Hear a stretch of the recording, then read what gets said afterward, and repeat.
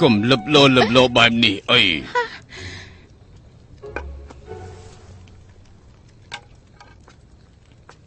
របស់នេះគឺខ្ញុំរំងាស់ឲ្យឯងទេប៉ាត់មែនណាពូរំងាស់ខ្ញុំណារសជាតិយ៉ាងម៉េចដែរឈ្ងុយណាស់ពូចំណាយទ្រព្យសម្បត្តិរបស់ពូអស់ហើយឯងក៏មាត់លឺពេកអីរឿងនេះបើឲ្យក្មេងៗនៅខាងក្រៅស្ដាប់ឮធានាថាតែមួយផ្លែតែប៉ុណ្ណោះគឺក៏គេឆ្អឹងទាំងអស់នេះអស់ហើយអាចជឿដែរទេ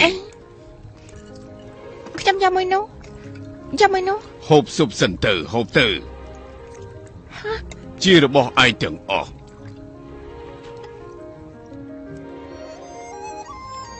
រសជាតិយ៉ាងម៉េចដែរសំតបផងណាសេដ្ឋី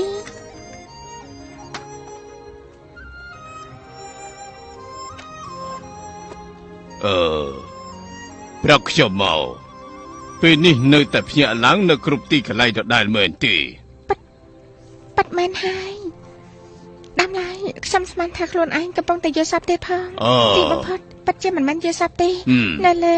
ដាំឈើនៅក្នុងទឹកមានម្ដងភ្ញាក់ឡើងនៅក្នុងវិមានបុព្វបុរសទៀតផងសំណាងល្អដែលខ្ញុំរត់លឿនគ្មានអ្នកណាឃើញទេពូថាតាខ្ញុំត្រូវអំពើគេហើយនិយាយទៅឯងយល់សពឃើញអ្វីខ្លះទៅ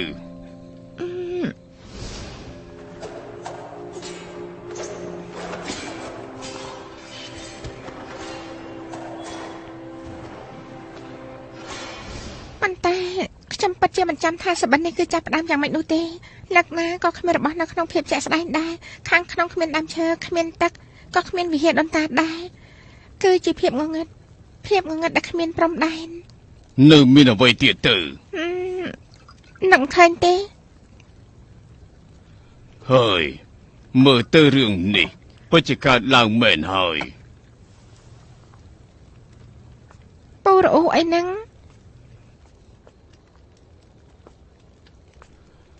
ឯណាដំបងបង្កាត់ភ្លើងដាក់ខ្ញុំឲ្យឯងដំបងបង្កាត់ភ្លើងឯង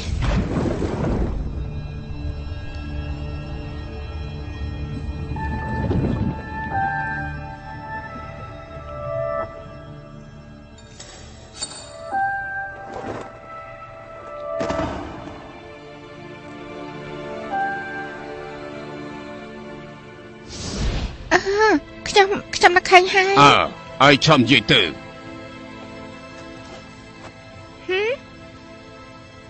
តែមិននឹងអាចទៅក្រែងខ្ញុំយកដំបងបង្កាត់ភ្លើងទៅប្រកួតដែរ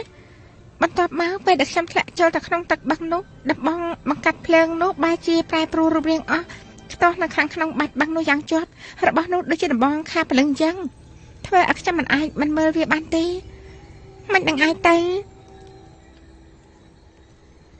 និយាយផ្ដេសផ្ដាស់ទៀតហើយមើលទៅខួរក្បាលគឺមិនទាន់ជានោះទេមានពេលខ្លះពេទ្យទេវតាក៏មិនប្រកាសថាប្រកែកដែរមិនខ្ញុំនិយាយទេខ្ញុំមិនក៏ហាក់ពុទេជាការបានហើយឯងស្ដាប់ខ្ញុំសិនណាឯងចាក់ទឹកកខ្វក់នេះចោលទៅឯងចង់ហូបដែរ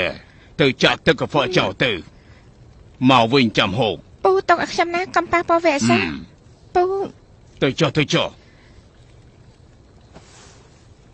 ខ្ញុំបច្ចុប្បន្នឃើញមែន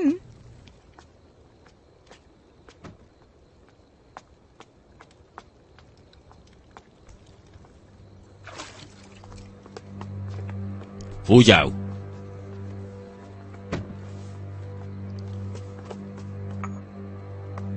Xong khúc lô về bà diện Bà cô đã bỏ chênh màu Bà bỏ ấy tay Vừa bột chết khút mẹn tì Thưa bóng đại pra nạc nông ca bà cốt Ôi thưa bóng đại pra nông ca bà cốt ấy Bà bỏ này bùi dưỡng mình đại bàn khơi nụ tì Bà bằng vật chắc ra vá cứ mình anh dây họ nụ tì Bà lưu cứ nực nông tè bài bà chùm rùm xiên dâu bù ảnh nì Thưa bóng bà có chênh nợ tì nì hỏi Bà cô chênh màu Cầm thuê bùi dưỡng chặt ca sao Chốc bà để dì rùi hỏi Chốc mình đại bàn khơi nụ tì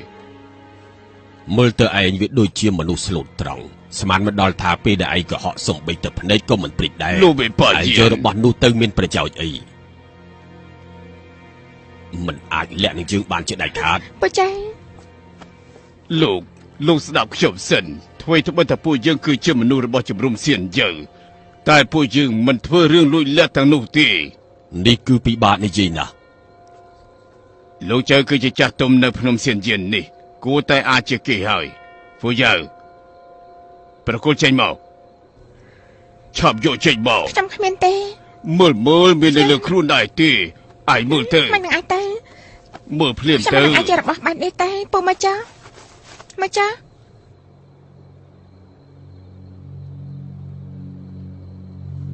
អីយ៉ាឯងនេះមិនតែទៀតខ្ញុំគិតបញ្ជាជាមួយឯងទៀត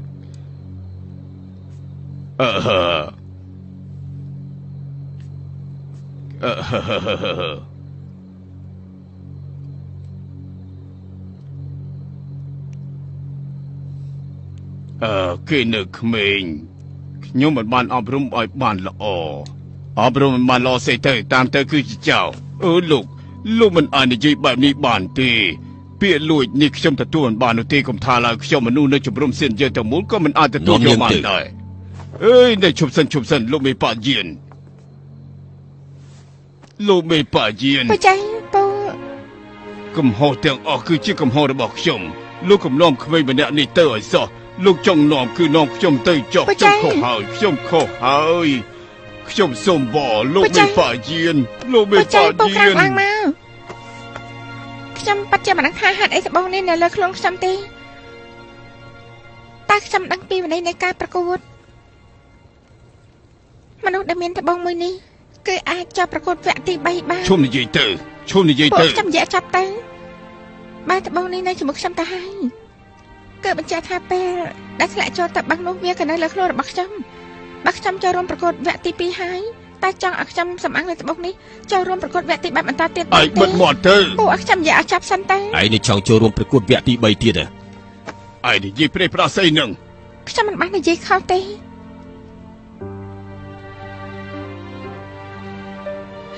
ខ្ញុំសួរថានំមិនពេលជប់ខ្ញុំត្បូងនេះមានម្ចាស់ផ្សេងទៀតទេ វាគឺគ្មានម្ចាស់ផ្សេងទេ អញ្ចឹងគឺត្រូវ តែ ហើយ ឈប់និយាយទៅ អញ្ចឹងត្បូងនេះជារបស់ខ្ញុំអាចចូលរួមប្រកួតវគ្គទី3បាន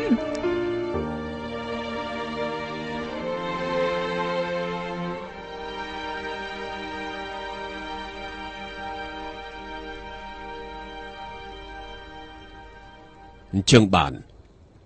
បើនាងមិនដឹងស្លាប់រស់ទៅហើយខ្ញុំបំពេញបំណងនាងទៅចុះ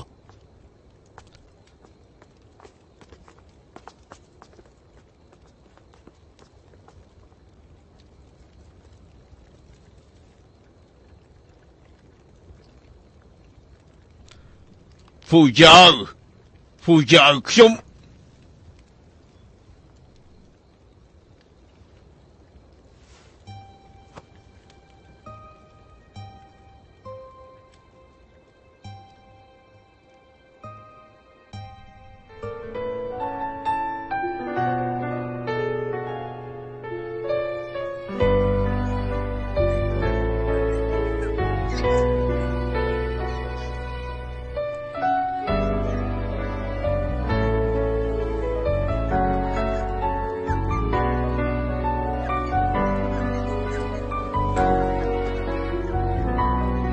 លីនហើយមែនទេ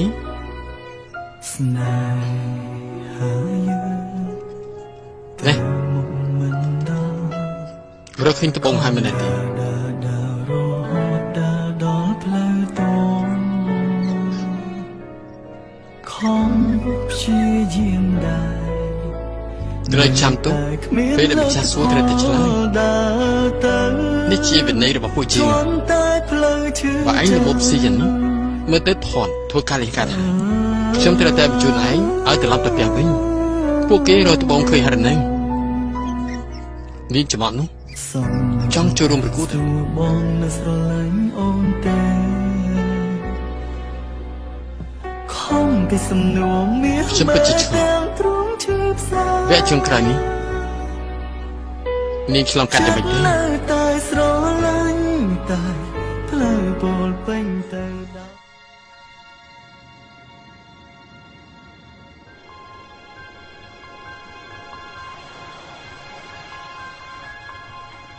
ពូចៃពូភ្ញាក់ហើយណាពូចៃ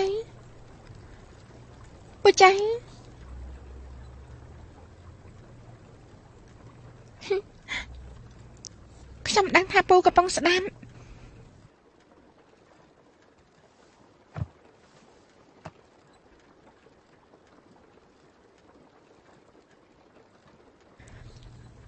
ថ្ងៃនេះគឺជាការប្រកួតវគ្គចុងក្រោយហើយ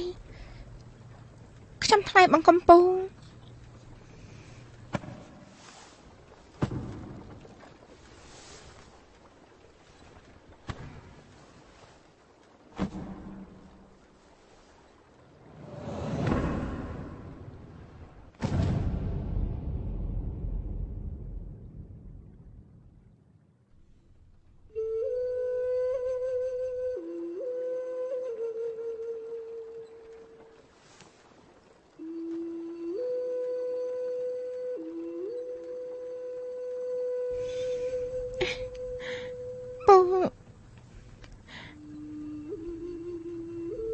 ដឹងថាមនុស្សខ្ញុំនេះគឺម្នាក់តាំងពីតូចចេះតែបង្ករឿងសំណាងល្អដែលមានពូជួយការពារពេលធម្មតាខ្ញុំចេះតែតមកជាមួយពូចេះតែធ្វើឲ្យពូមិនសប្បាយចិត្តធ្វើតែបាត់តែខ្ញុំមិននិយាយតែខ្ញុំដឹងទាំងអស់នឹងពូក៏ចង់ខ្ញុំល្អខ្លាចខ្ញុំចាញ់ព្រៀបគេខ្លាចខ្ញុំត្រូវធ្វើបាបមនុស្សខ្ញុំនេះគ្មានសញ្ញាផ្សេងទៀតទេខ្ញុំ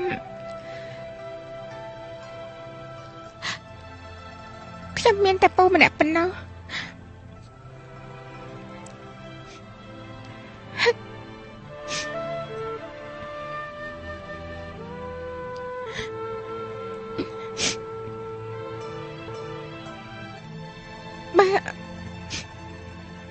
បាទសិនជាបាទថ្ងៃនេះខ្ញុំជួបនឹងរឿងមិនល្អអ្វីនោះ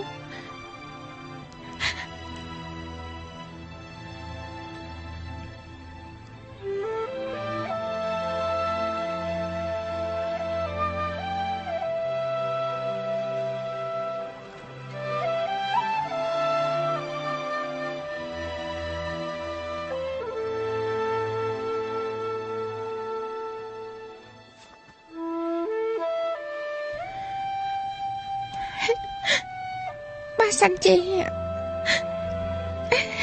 ថ្ងៃនេះខ្ញុំជួបរឿងមិនល្អអ្វីនោះ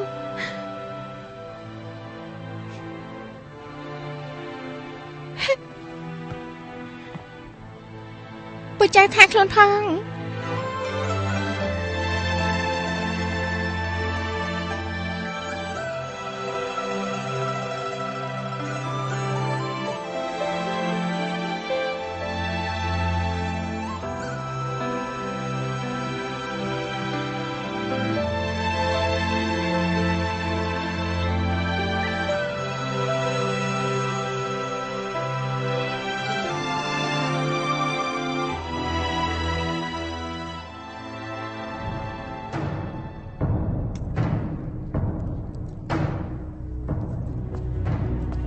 បិតាជាតិលោកមេប៉ាយានជឿញ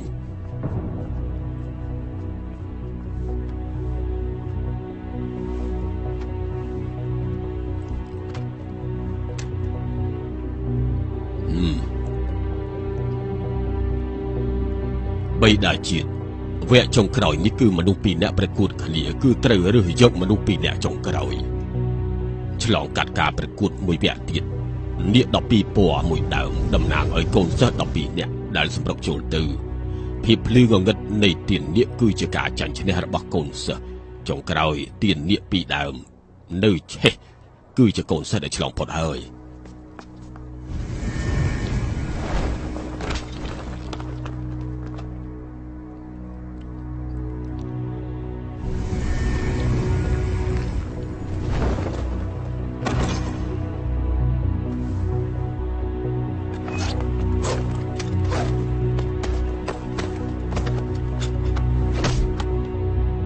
យ៉ាមើលចុះទាននាគដែលសមមិនច្រើននោះទេលោកមេប៉ាយានពេលនេះនៅសល់តែទាននាគ3ដើមតែប៉ុណ្ណោះមិនដឹងថាអ្នកក្លាហានជានអាចចេញដល់ជោគជ័យដែរទេបិតាជាតិកុំអាលទះសាអីចាំតិចទៀតទៅ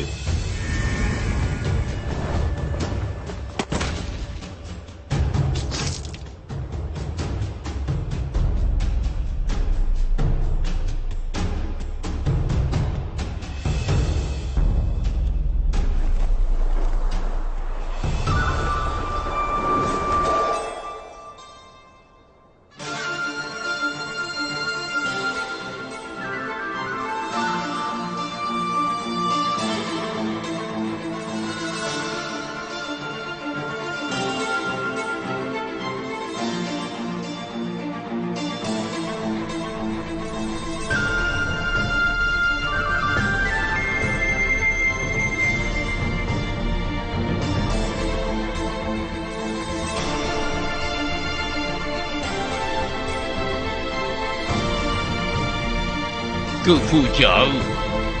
សាច់បងធំ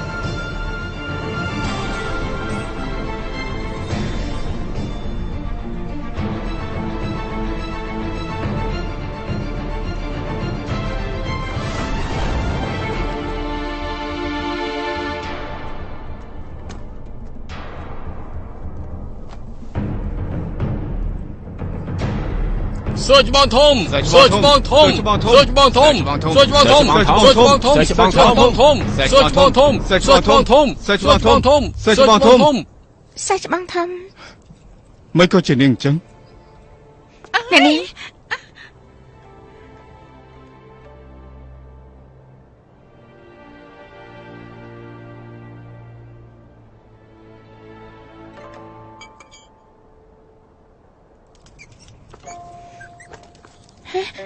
អ្នកនាង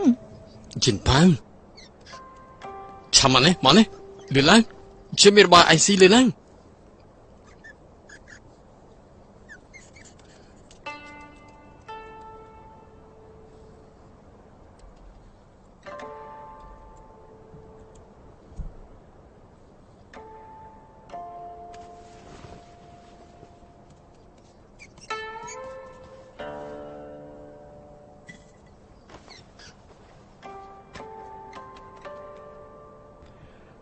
ស្មានម្ដងថាចុងក្រោយអ្នកដែលប្រយុទ្ធជាមួយនឹងខ្ញុំនោះគឺជានាងសោះ ខ្ញុំក៏ស្មានមិនដល់ថាអ្នកចង់ក្រោយដែលឈរនៅទីនេះគឺខ្ញុំ តែនេះមិននឹងអាចទៅដំណើរការដែលលំបាកយ៉ាងនេះនាងឆ្លងកាត់មកបានយ៉ាងយ៉ាងម៉េចទៅគឺពឹងទៅលើសំណាងរបស់មនុស្សម្នាក់គឺមិនអាចល្អយ៉ាងនេះរហូតនោះទេ มันខុសទេសំណាងរបស់មនុស្សម្នាក់មិនអាចល្អបែបនេះរហូតទេតែក៏មិនអាចសរហូតដែរ ពូចៅនាងមិនមែនជាដៃគូរបស់ខ្ញុំទេអាចឈរនៅទីនេះបានគឺគ្រប់គ្រាន់នឹងធ្វើឲ្យនាងនេះរួចផុតពីពណ៌ខ្មៅនេះហើយខ្ញុំមិនចង់ឃើញនាងត្រូវរបួសទេពេលនេះនាងចោះចាញ់អាចចាក់ចេញទៅដោយគ្មានរបួសទេ អរគុណសាច់បងធំយកយល់ខ្ញុំដឹងថាខ្ញុំអន់ជាងសាច់បងប៉ុន្តែខ្ញុំខំរហូតដល់ឈរនៅទីនេះហើយបើមិនអាចប្រកួតជាមួយសាច់បងដោយយុត្តិធម៌បានគឺមិនគប្បីចំពោះខ្ញុំខ្លួនឯងទេក៏មិនគប្បីចំពោះអ្នកនៅទីនេះដែរ នាងពិតជាចង់ធ្វើជាសត្រូវរបស់ខ្ញុំមែនទេ ខ្ញុំច្បាស់ជាមិនចង់ធ្វើសត្រូវជាមួយបងហើយខ្ញុំគ្រាន់តែចង់ធ្វើការបញ្ជាក់មួយឲ្យខ្លួនឯងប៉ុណ្ណោះ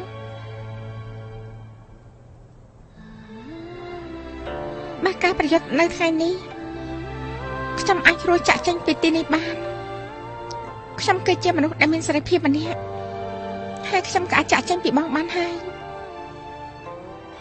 តែមើលពិភពនៅខាងក្រៅហេតុនេះការប្រកួតនៅថ្ងៃនេះនឹងខ្លាចជាការចងចាំចុងក្រោយរបស់ខ្ញុំហើយនឹងបងលើភ្នំសៀនយាននេះជាមិនខាន នាងចង់ចាក់ចេញហ៎ ខ្ញុំធំពេញវ័យហើយសាច់បងធំ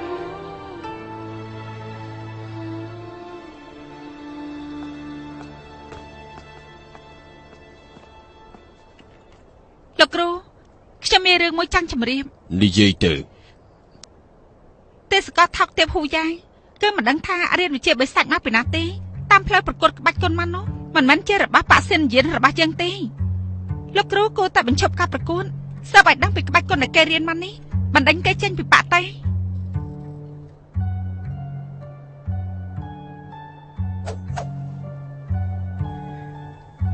លើកដើមមក ចាប់ផ្ដើមហើយឮថាក្បាច់ដៃរបស់សៀនជៀនគឺលេចធ្លោជាងគេនៅក្នុងទ្វីបទាំង5ថ្ងៃនេះពួកយើងត្រូវតែមើលឲ្យបានល្អម្ដង លោកមេប៉ាយៀន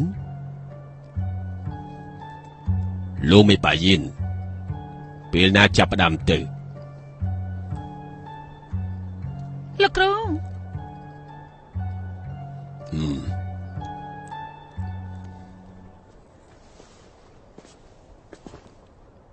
ការប្រកួតវគ្គចុងក្រោយ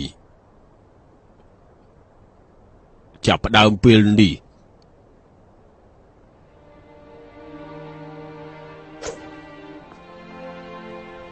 ពូចៅខ្ញុំធ្លាប់និយាយថាដើរកំបត់គ្មានមេត្តាឲ្យតែពួកយើងខ្លាចជាគូប្រកួតខ្ញុំគឺមិនអាចបទូដៃឲ្យទេ ខ្ញុំក៏ដូចគ្នា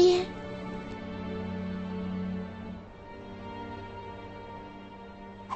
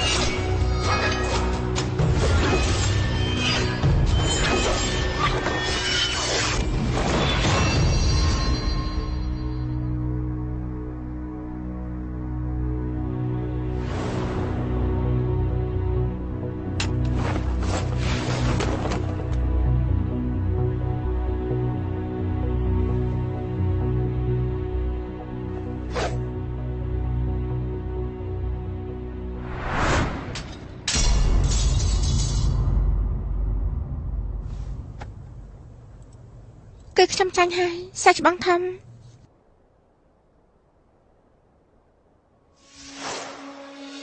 我不懂烟的迁徙，雨的游离，草木山水孤寂，循着自己心意，一步一步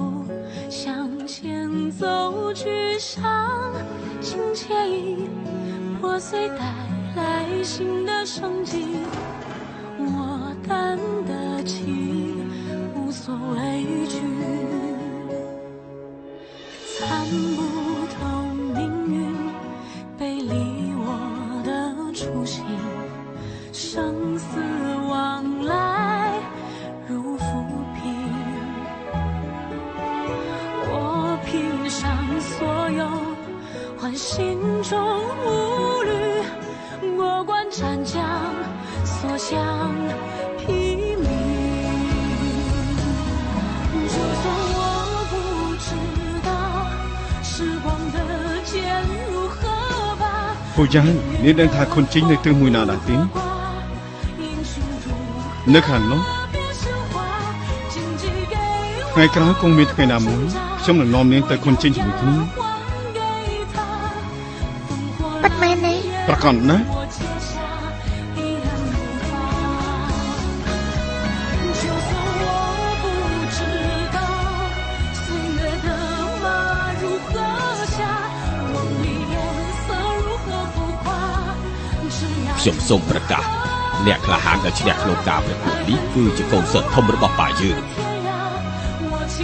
យានជីងឈិន សេះច្បោះធំ សេះច្បោះធំ សេះច្បោះធំសេះច្បោះធំសេះច្បោះធំសេះច្បោះធំសេះច្បោះធំ សើច្បងធំ 默书写牵挂，忘流 អ្នកទាំងអស់គ្នាគឺអ្នកនាងម្នាក់មិញនេះគឺបោះដោយចៅច្បាស់ណាស់នេះគឺជាការតឲ្យច្បាស់ណាស់ ពូចា មែនហើយ មេប៉ាជីនខ្ញុំជួនលោកមេពេង អ្នកទាំងអស់គ្នាអរគុណដល់អ្នកទាំងអស់គ្នាមកខ្ញុំជូនអ្នកទាំងអស់គ្នាមួយពេងទៅចុះ លោកមេប៉ាយានការប្រកួតនេះគឺមិនយុត្តិធម៌នោះទេ មែនហើយ មិនយុត្តិធម៌នោះទេ មិនយុត្តិធម៌ យុត្តិធម៌នោះទេ លោកមេប៉ាយានទើបតែប្រមាណដៃតែប៉ុណ្ណោះទេឬមួយក៏កំពុងតែលួងលោមពួកយើងសុទ្ធតែមកពីចម្ងាយឬមួយក៏មកមើលភេទ ធម៌ណាឲ្យយុត្តិធម៌ណាឲ្យយុត្តិធម៌ណាខ្លាំងណាស់ មិនយុត្តិធម៌ លោកមេប៉ា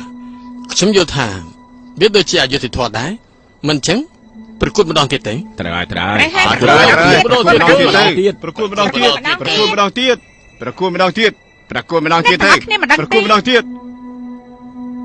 ហ្វូយ៉ាងនេះគឺជាទេសកលថោកទាបរបស់ប៉ាសិនយិនយើងគឺជាការដែលចាំបំរើគេពេលណាតូចគេក៏ត្រូវគេបោះបង់ចោលនៅជើងភ្នំអាយុ6ឆ្នាំហើយនៅមិនដឹងថាខ្លួនអាចឈ្មោះអ្វីទៀតលោកមេប៉ានឹងសេចច្បាំងធំ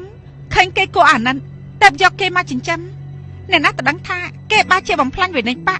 លួចហាត់ក្បាច់គុនហើយលួចចូលទៅក្នុងការប្រកួតទៀតក្នុងនាមជាទេសកលគួរតែប្រហារជីវិតគេលោកមេប៉ានឹងសេចច្បាំងមានចិត្តមេត្តាតែទុកឲ្យគេរួមមកដល់ថ្ងៃនេះទុកឲ្យគេចូលរួមในការប្រកួតអ្នកណាស្មានដឹងថាទេសកលថោកទាបនេះចិត្តសាហាវពឹសពុលមិនដឹងជារៀនវិជ្ជាបិសាចមកពីណាទេនៅតាមផ្លូវពឹងទៅលើវិជ្ជាបិសាចហើយឆ្លងកាត់គ្រប់ដំណាក់មិញនេះបានអ្នកទាំងអស់គ្នាមើលយល់គឺគួរតែមិនពិបាកមើលទេគឺសាច់ច្បាំងធំបង្រៀនគេច្បាស់ណាស់គឺគេប្រើវិជ្ជាបិសាចពង្វក់សាច់ច្បាំងធំសំណាងល្អដែលសាច់ច្បាំងធំនឹងណក្បាច់គុនខ្លាំងពូកែតែមិនបានចាញ់ល្បិចរបស់គេសាច់ច្បាំងធំតាមមិនដែរទេសាច់ច្បាំងធំនិយាយទៅសាច់ច្បាំងធំតាមមិនដែរទេ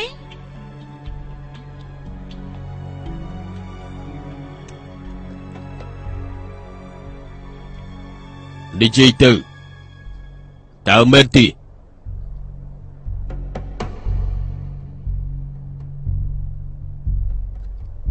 មែនហើយ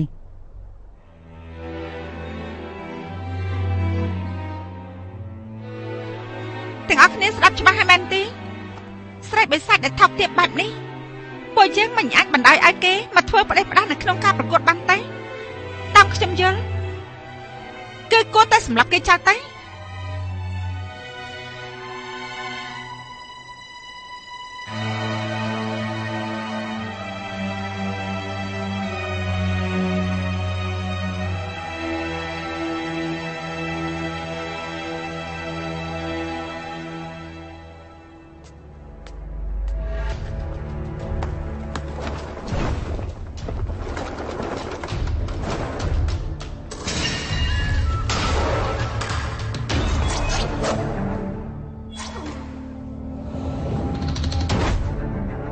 ពូយាយ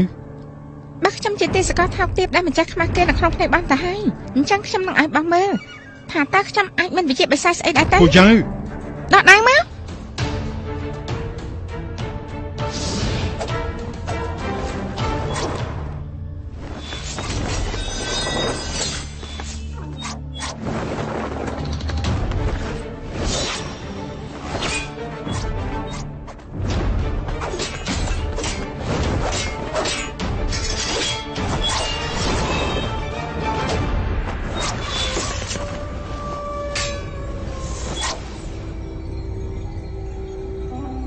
ហេតុអីនាងគ្រាន់តែទប់ទល់មិនវាយលោកអញ្ចឹង ខ្ញុំតើឲ្យបងបីស្នៀតគឺព្រោះតែខ្ញុំធ្លាប់ហាមបងថាសាច់បងធំ មិនបាច់ឲ្យនាងតឲ្យខ្ញុំទេ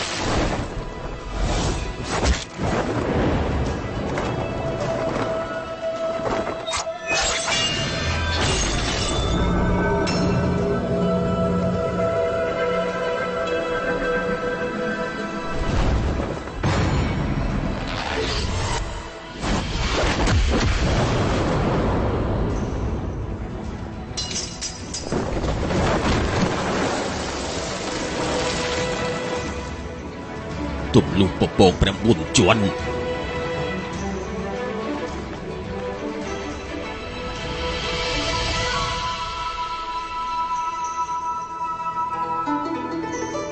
សាច់បងធំ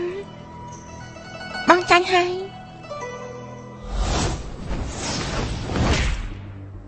អោះ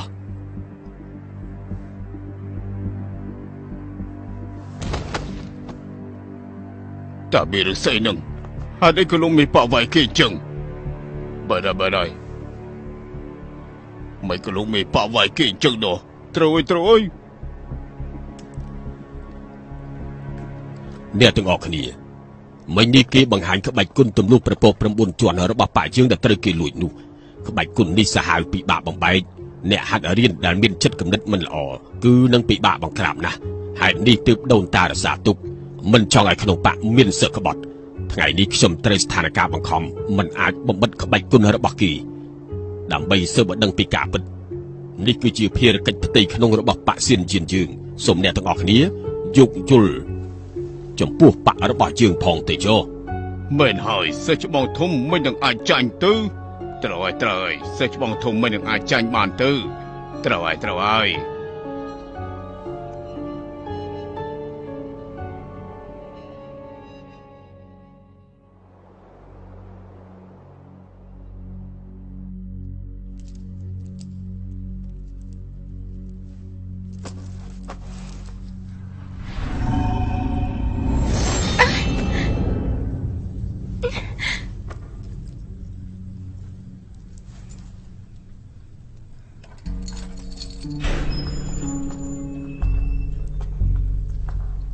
លោកថោកទាបណាលោកបាច់ចលួចឆ្មាក់ខ្ញុំ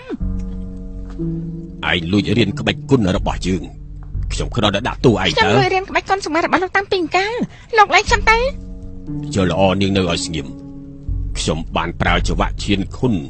ចងជីបចររបស់នាងទៅហើយទោះបីជានាងមានសមត្ថភាពធំប៉ុណ្ណាក៏មិនអាច លោក ស្រា ជា វ មាន ជ្រាវ បាក់ទាំងមូលបាច់ជាប្រើថ្មីដែរថោកទាបយ៉ាងនេះតែលោកចង់ធ្វើអីទៅ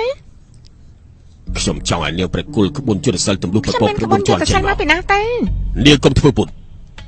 ក្បាច់គុណរបស់នាងចេញមកពីណាទៅអ្នកណាជាអ្នកបង្រៀន គ្មានអ្នកណាបង្រៀនខ្ញុំទេ អញ្ចឹងបានថ្ងៃណាដែលនាងមិននិយាយថ្ងៃ ថ្ងៃនោះខ្ញុំនឹងឃុំនាងរហូតនាងមិនអាចទៅណាមួយទៀតនាងគិតមើលខ្លួនឯងទៅ លោកលេងខ្ញុំទៅលោកលេងខ្ញុំទៅលោកមកវិញមកលោកលេងខ្ញុំទៅលោកលេងខ្ញុំទៅ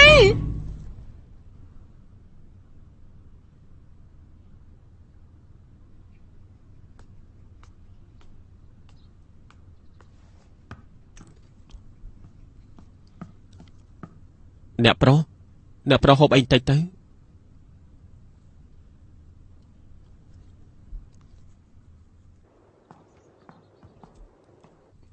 លោកមេប៉ាឈិននៅតែមិនហូបអីទៀតតែមែនទេអ្នកប្រុសមិនទាន់ហូបអី3ថ្ងៃទៅហើយ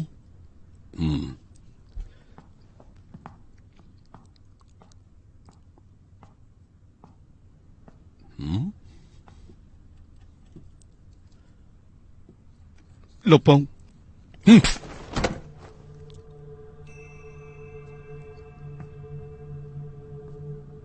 គ្រាន់តែចាញ់ការប្រកួតម្ដងតែប៉ុណ្ណោះឯងក៏ធ្លាក់ខ្លួនគ្មានព្រលឹងសោះថ្ងៃក្រោយសម្រាប់ភារកិច្ចធំយ៉ាងម៉េច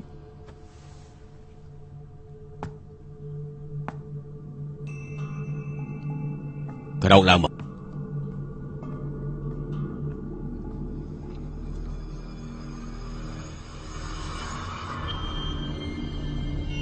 ដូនតារបស់សៀនយានជាទីគោរពខ្ញុំបានខិតខំតាមរកជាច្រើនឆ្នាំទីបំផុតបានឃើញក្បាច់គុណទម្លុះពពក9ជាន់មិនបានធ្វើឲ្យដូនតារបស់សៀនយានយើងអស់សង្ឃឹម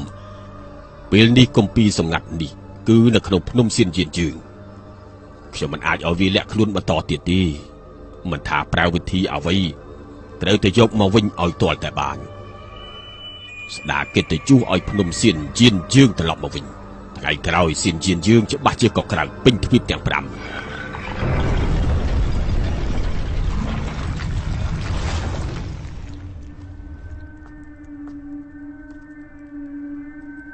លោកពង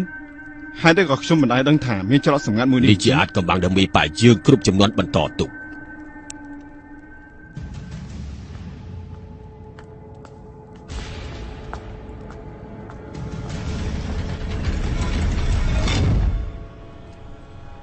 អ្នកទាំងពីរហត់នឿយហើយរបស់នេះគឺជាចំណីដែលជំរុំសៀនយើងធ្វើយកមកជូនអ្នកទាំងពីរជាពិសេសអ្នកទាំងពីរសាកភ្លក់មើលទៅតាកាចាស់នេះមានគំនិតគួរសម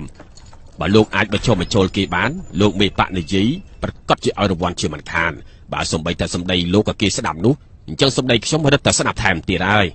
ចូលទៅចោលហើយបាទពូចៃ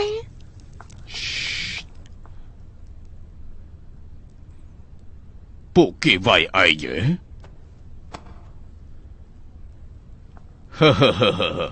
បានហើយរឿងនេះគ្មានមនុស្សលួចស្ដាប់ទេដាក់ថ្នាំងងុយដេកខ្លោចពួកគេដេកលក់ពីយាមគ្មានបញ្ហានោះទេ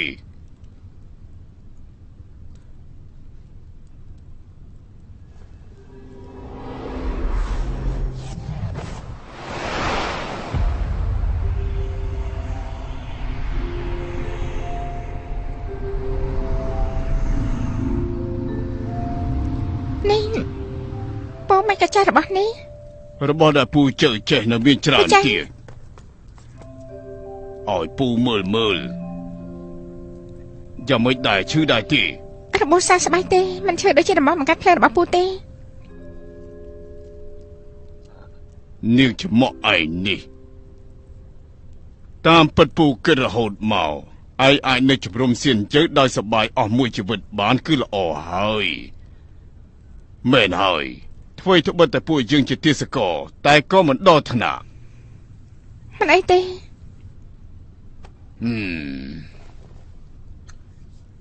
រឿងអ្វីក៏វាសនាបានចាត់ទុកអស់ហើយយ៉ាពូលាក់ហើយលាក់ទៀតនៅតែឲ្យឯនេះរៀនចេះក្បាច់គុណទម្លុះពពក9ជាន់ដដែលខ្ញុំអត់បានរៀនទេខ្ញុំគឺខែនៅក្នុងយល់សប្តិឬមួយនោះគឺជាក្បាច់គុណទម្លុះពពកតាក្បាច់គុណនេះជារបស់អ្វីទៅ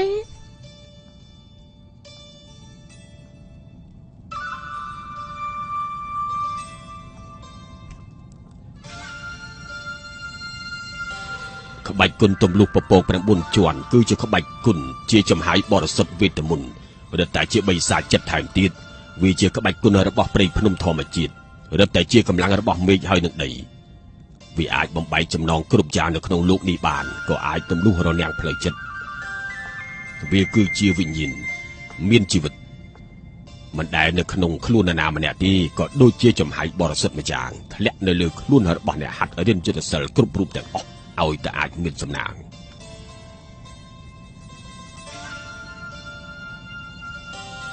ទំលុះពពក9ជាន់គឺក៏ត្រាស់នៅក្នុងសភៅឯង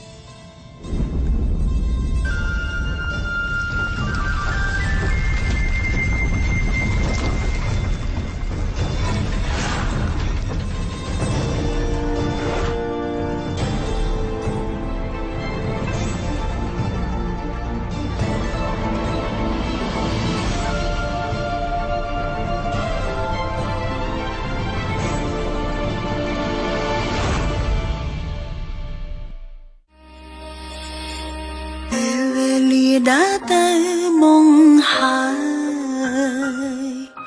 trò lọp còi vinh mình bán tê sao trầm ca khói chất sao chất trắng đua cả bài bát mà nụ bro lọp cả bài vô chất cùng họ ôn mình che re xa lúa lược na có cách